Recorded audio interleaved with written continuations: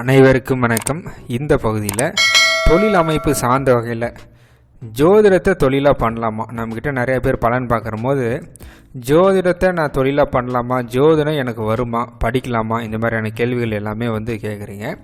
படிக்கிறது அப்படின்றது எல்லாருமே படிக்கலாங்க. ஸ்கூல் படிக்கிற மாதிரி யாருனாலும் ஜோதிடம் படிக்கலாம், அதுக்கு எந்த தடையும் கிடையாது.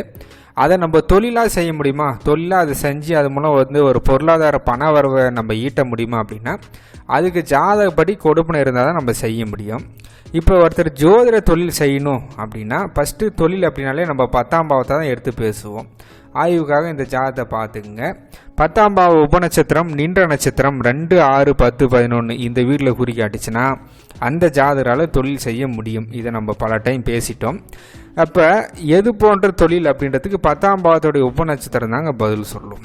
10ஆம் பாவ உபநட்சத்திரம் 5வது வீட்டை குறிக்காட்டுது அப்படின்னா அந்த ஜாதகர் தொழிலை செய்யலாம், ஜோதிட தொழிலை செய்யலாம். ஏன்னா 5ஆம் பாவம் அப்படின்றது இந்த மாதிரி ஜோதிடம் சார்ந்த ஒரு விஷயத்தை குறிக்கும்.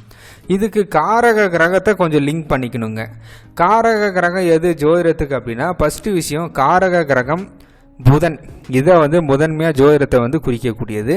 இன்னொன்று சனி அப்படின்றது சாஸ்திரம் சார்ந்த செயல்பாடுகள் எல்லாமே குறிக்கக்கூடியதாக இருக்கிறதால சனியுடைய தொடர்புகள் நமக்கு வரணும்.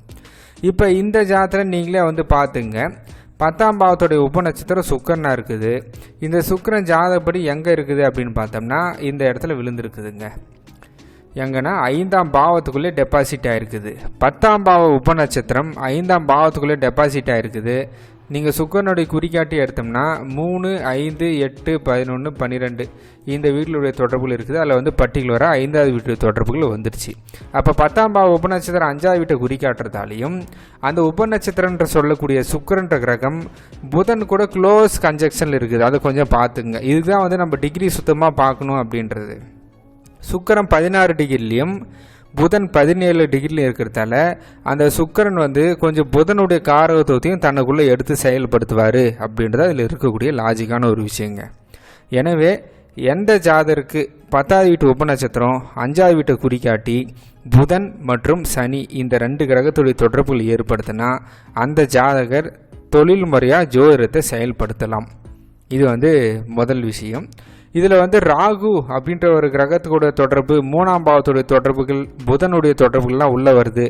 ராகு புதன் 3ஆம் பாவத்துடைய தொடர்புகள் உள்ள லிங்க் ஆனால் அந்த ஜாதகர் சோசியல் மீடியா மூலம் ஒரு யூடியூப்பில் வீடியோ போடுறது இது மாதிரி விஷயங்களை ஆன்லைன் ஜோதிடராகவும் அவங்க அறியப்படுவாங்க.